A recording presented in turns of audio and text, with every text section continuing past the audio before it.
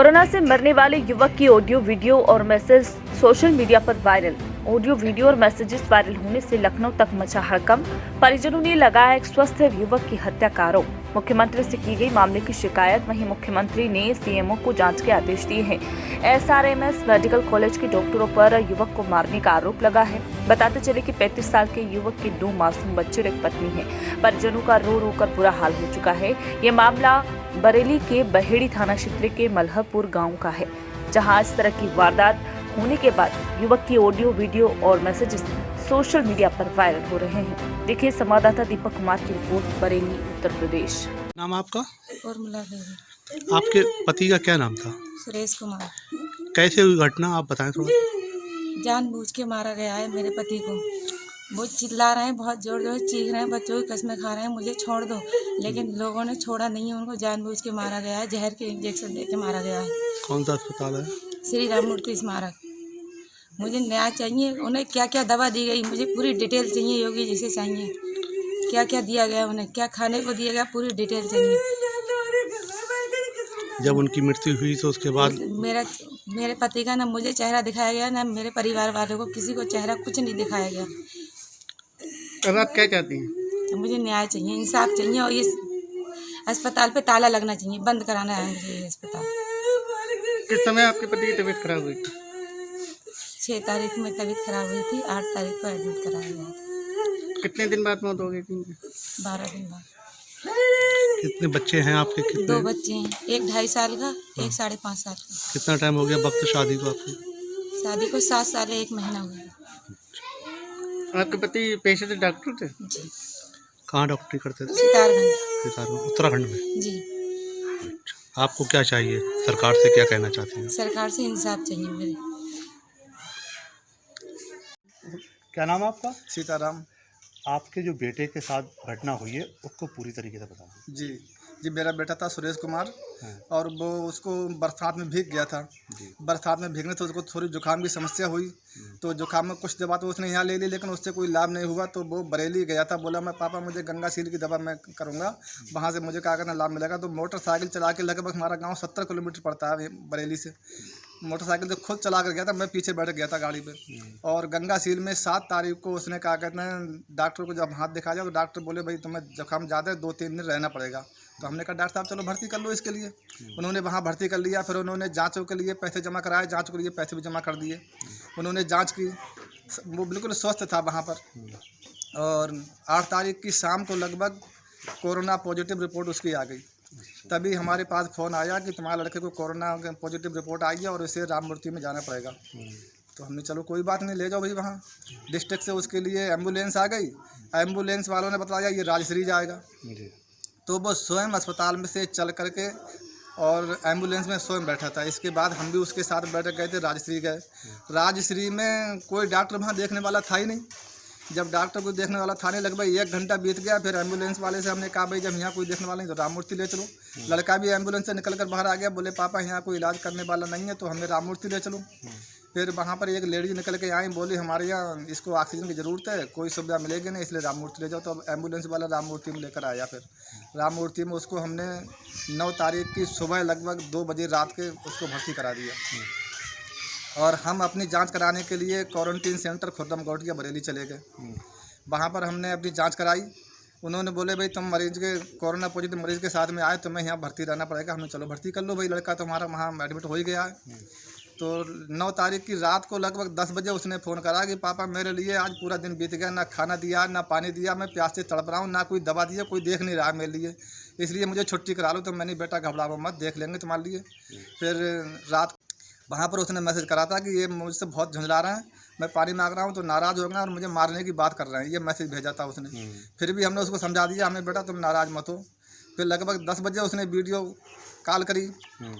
उसमें कह रहा है ये डॉक्टर कह रहा है कि चले जाओ यहाँ से, नहीं तो हम मार देंगे, समझे। तब भी मैंने उसको समझा दिया। फिर लगभग 1 बजे के लगभग फ़ोन आया मेरे पास, तो उसने वीडियो कॉल करके दिखाया तो डॉक्टर बुरी तरह से उसको मार रहे हैं और बांध रहे हैं उसके लिए। लड़का चीख रहा बुरी तरह से, हाथ जोड़ रहा है, खुशामद कर रहा, बहुत प्रार्थना कर रहा है लड़कों की, अपने कसम खा रहा है कि मुझे प्लीज़ मेरी गलती होगी, मैं कुछ नहीं कहूँगा, मुझे छोड़ दो।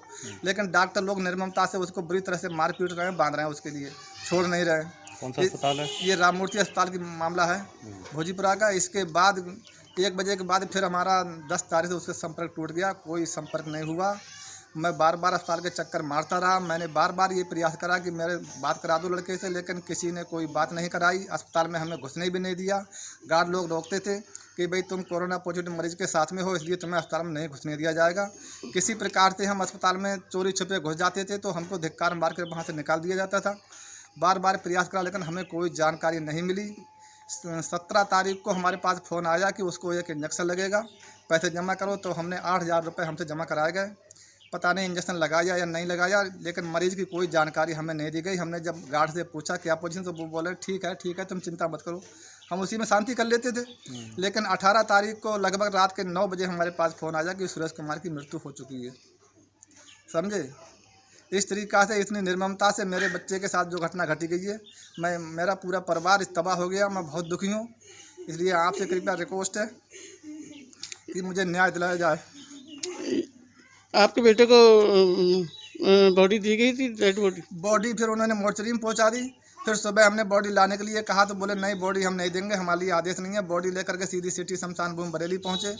वहां पर उन्होंने सारा क्रियाक्रम स्वयं किया। हम लोग साथ में चले गए थे, दूर से देखते रहे थे। तो बहुत प्रयास करने के बाद उन्होंने आग लगाने का अधिकार हमें दिया। बाकी सारा काम उन्होंने किया। हमसे 8,500 रुपये लगभग वहाँ पर लिए गए। कुछ लकड़ियों के ईंधन वगैरह के लिए गए और बाकी क्या कहते हैं जल्लादों ने वहाँ पर लिए थे हमसे पैसे। शक्ल दिखाई गई आपको? कुछ भी नहीं दिखाया गया, शक्ल ही नहीं दिखाई कुछ भी नहीं दिखाया गया। उन्होंने सब लकड़ी और ईंधन में सब उसको बंद कर दिया। तो हमने केवल आगे लगा दी थी, बाकी हमें कुछ भी नहीं दिखाया गया।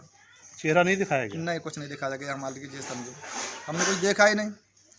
तो इस तरह से साहब हमें अनुमान ये भी है कि उसकी किडनी निकाली गई होंगी, क्योंकि क्षेत्र में चर्चा बहुत चल रही है।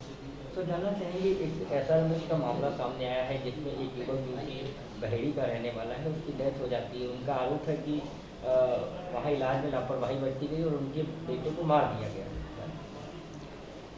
ये इनका प्रार्थना पत्र प्राप्त हुआ है और इस पर अभी आज ही प्राप्त हुआ है। इसके लिए जांच कराई जाएगी और ये देखा जाएगा यदि किसी भी प्रकार की कोई लापरवाही हुई है तो निश्चित रूप से उनके विरुद्ध कार्रवाई की जाएगी। 32 साल का युवक है, बताया जाता है अपने आप बाइक से आया, सब कुछ हुआ, उसका टेस्ट हुआ, फिर उसमें तमाम उसके ऑडियो मैसेजेज और उसकी वीडियो भी वायरल हो रही है। सुरेश नाम है और 32 ईयर्स की एज है।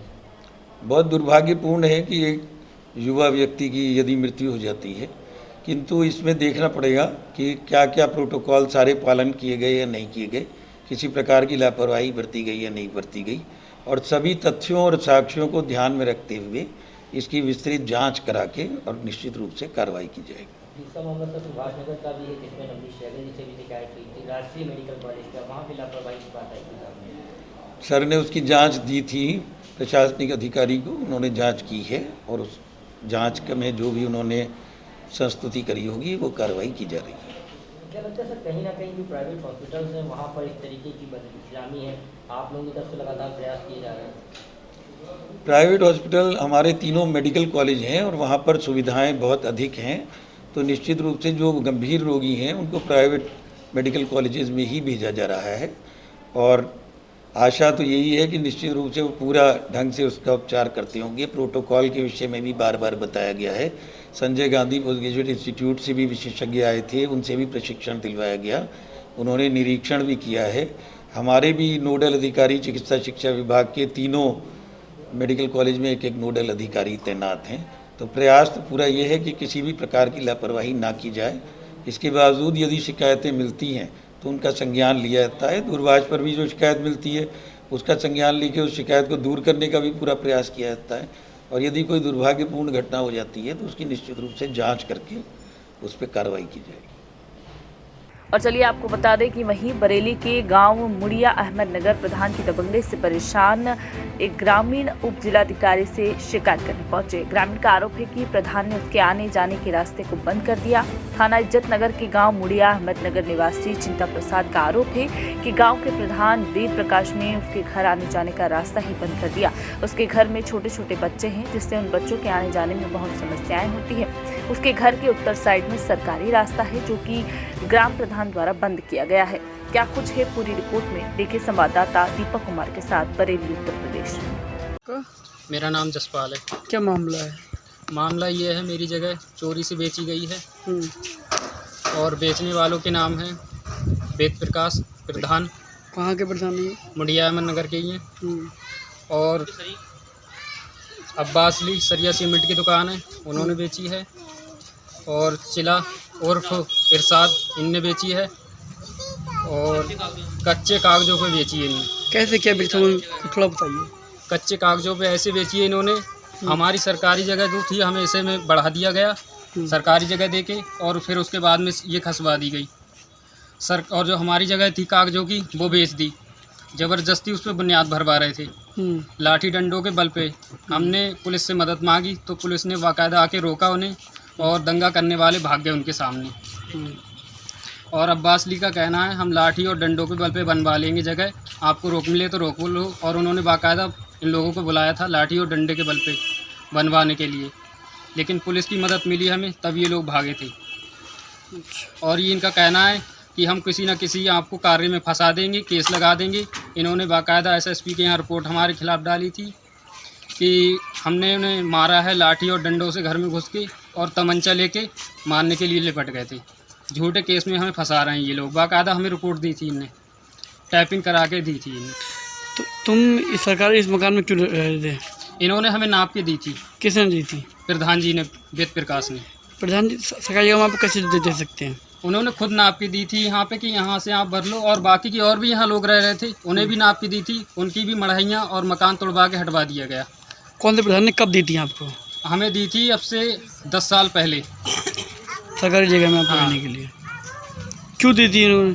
इन्होंने दी थी कि आपकी ये जगह हमारे पापा ने कभी देखी नहीं कि हमारी कागज़ों में किधर है किधर नहीं है, और इन्होंने उस तरफ की जगह बेच ली और हमें सरकारी जगह दे दी। हमें पता नहीं था, हमारे पापा को भी नहीं पता था। आपको कब पता चला? आपको हमें जब पता चला, जब हमारी जगह टूटी, उसके बाद में हमने अपनी जगह की नपत कराई, एसडीएम के पास रिपोर्ट डाली, तो लेखपाल ने नपत की तो 100 गज हमारी इधर निकली जगह।